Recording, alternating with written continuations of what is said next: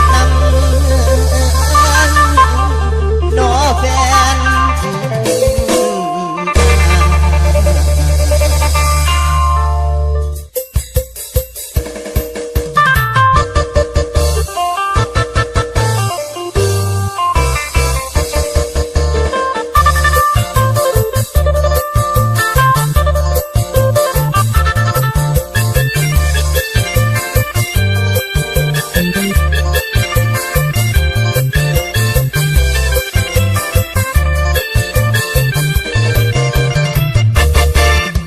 ใจมาลืมไว้แค่โนลา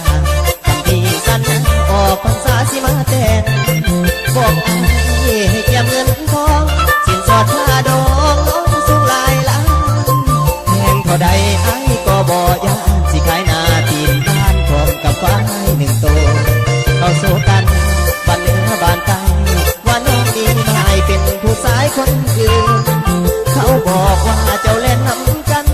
ก่อนนึกว่าฝันว่าสิเป็นลายอื่นก็เขา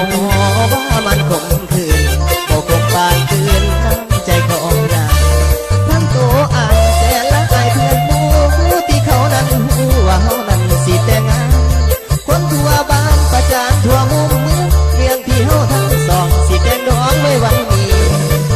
บ่มีเลยคำสัญญาว่าเขาฟังส่วนนี้ลันดอนกับผมพนมมือขอพรลูกขอวิ่งวอนสารปู่ตาดอนสันอย่าได้ไปลงโทษเขานะอย่างที่ผ่านมาก็ถือว่าเวรกรรมดูสากยังมามากล้ำสัตว์นี้จึงนำมาจอกฟังจองเวรเห็นเขานั้นเดินน้ำกันเที่ยงคู่มูเขาหัวยอดเลยเต็มบ้านก็อย่าฟังเป็นพ่อห้างก็ได้แต่ดองสิก็มองสาวใดต่อไปสิขอเว้น